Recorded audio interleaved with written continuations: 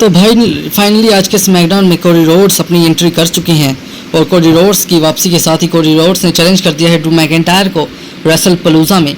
चलिए क्या हुआ और क्या कहानी हुई स्मैकडाउन में आप सबको बताते हैं। मैच की स्टार्टिंग हमें ब्रॉक लेसनर के सेगमेंट के देखने को मिलती है जिसमें ब्रॉक लेसनर कहते हैं कि मैं आकर जॉन सीना को रेसलपलूज़ा में ख़त्म कर दूंगा। उसके बाद हमें आर्थर की एंट्री देखने को मिलती है कि आर्थर ब्रॉक लेसनर से कहते हैं कि अगर तुम्हें जॉन सीना से भिड़ना है तो तुम्हें पहले मुझसे भिड़ना होगा और क्योंकि मैं जॉन सीना का छोटा भाई हूँ।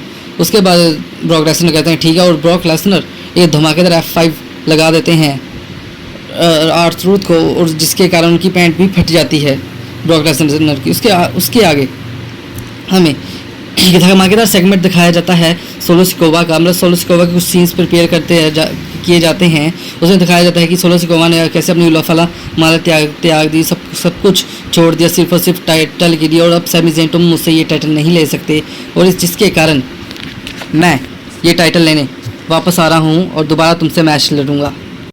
उसके बाद हमें सैमी ज़ेन का US ओपन चैलेंज का मैच देखने को मिलता है जिसमें सैमी ज़ेन अपना टाइटल डिफेंड कर रहे थे रे फिनिक्स के सामने और इस मैच में सैमी ज़ेन फाइनली अपना टाइटल अच्छी तरह डिफेंड कर लेते हैं। उसके बाद हमें गुलिया का सेगमेंट देखने को मिलता है B5 के साथ और उसके बाद में हमें इनका दोनों का मैच भी देखने को मिलता है जिसमें इंटरफेरेंस ये मैच ख़त्म तो नहीं होता लेकिन एक सुपरस्टार आकर B5 को बचा लेते हैं इन दोनों से। उसके बाद हमें अब पता नहीं ये WWE स्टोरी लाइन कैसे क्यों चला रही है। उसके बाद आगे हमें एलिस्टर ब्लैक देखने को मिलते हैं।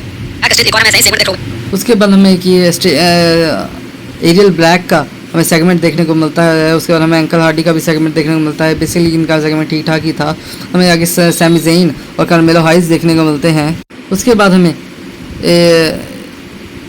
कार्मेलो हाइस चैलेंज करते हैं सैमी ज़ेन को यूनाइटेड स्टेट्स चैंपियनशिप के लिए और वो चैलेंज करने ही लगते हैं लेकिन पीछे से मिज़ आ जाते हैं। मिज़ कहते हैं कि तुम्हें ये टाइटल नहीं जीत पाओगे, तुम्हें मेरे साथ टैग टीम में ही काम करना होगा और हम टैग टीम चैंपियनशिप जीतेंगे। बेसिकली मिज़ कार्मेलो हाइस को भटकाने की कोशिश कर रहे हैं। उसके बाद हमें रे मिस्टीरियो डोमिनिक मिस्टीरियो का धमाकेदार सेगमेंट देखने को मिलता है जिसमें हमें काफ़ी कुछ नया देखने को मिलता था। बेसिकली प्री वीडियो पहले ही रिकॉर्ड की हुई सेगमेंट थी।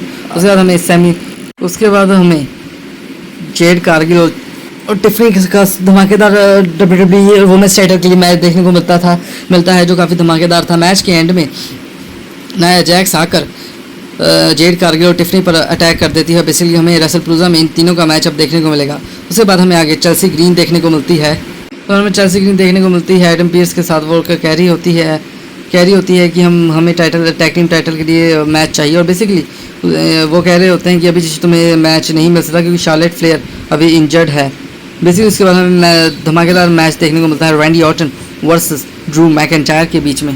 ये मैच काफ़ी धमाकेदार था। रैंडी ऑर्टन और ड्रू मैकिंटायर का मैच काफ़ी धमाकेदार था। शुरू से ड्रू मैकिंटायर इस मैच में डोमिनेट कर रहे थे। मैच के एंड में क्या हुआ, मैच के एंड में जब रैंडी ऑर्टन अपनी पंट किक लगाने वाले थे ड्रू मैकिंटायर को तभी रेफरी आकर उन्हें मना करने की कोशिश करते हैं जिसका फ़ायदा ड्रू मैकिंटायर उठा लेते हैं और ड्रू मैकिंटायर एक धमाकेदार प्लेबॉल किक लगाते हैं इसका फ़ायदा उठाकर और वो क्लियर तरीके से रैंडी ऑर्टन को इनमें हरा देते हैं, इस मैच में हरा देते हैं। और उसके बाद ड्रू मैकिंटायर यहीं रुकते ही नहीं। जैसे उन्होंने कोडी रोड्स को इंजर्ड किया था वैसे वो उन्हें भी इंजर्ड करने की कोशिश कर रहे थे अनाउंसर टेबल पर। बट जब वो ऐसा कर रहे थे तभी हमें कोडी रोड्स का म्यूज़िक हिट सुनता है और Cody Rhodes American nightmare Cody Rhodes की हमें वापसी देखने को मिलती है। कोडी रोड्स आते हैं और ड्रू मैकिंटायर को बहुत ही बुरी तरह मारते हैं। उसके साथ ही अपना कोडी कनर भी अपनी स्पेशल मूव भी लगा देते हैं और उसके बाद वो माइक लेते हैं और कहते हैं कि मैं तुम्हें रेसलपलूज़ा में देखूंगा ड्रू मैकिंटायर। बेसिकली इन दोनों का मैच भी सेट हो चुका है WWE टाइटल के लिए।